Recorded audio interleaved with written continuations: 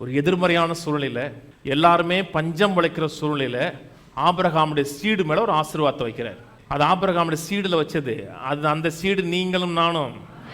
அந்த சீடில் ஆசை வைக்கிறாரு. நீ எகிப்துக்கு போகாத, இங்கிரு, நான் உன்னை ஆசீர்வதிப்பேன்.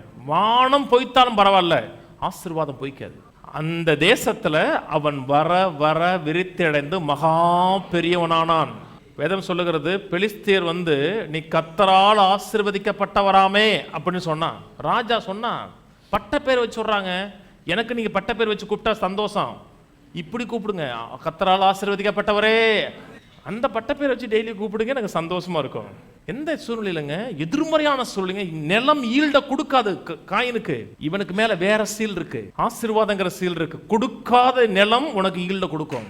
எல்லாருக்குமே வேலை வாய்ப்பு இல்லையா? அப்பதான் உங்களுக்கு நல்ல இடத்துல வேலை உருவாகணும். கவர்மெண்ட்டை நம்பி இல்லை, வானத்தையும் உண்டாக்கின கர்த்தரை சார்ந்திருக்கிறோம். கர்த்தர் மாறாதவர். அந்த சீல் உங்க மேல இருக்கு. ஆசீர்வாதங்கிற சீல், முத்திரை உங்க மேல இருக்கு. காண முடியாது. எப்ப பார்க்க முடியும்னா இப்படி பார்க்கலாம். முன்னேற்றம், விருத்தி. யாருக்குமே வேலை செய்யல, உங்களுக்கு வேலை செய்யும். அதுதான் கர்த்தர் துண்டா நிறுத்துறாருங்க.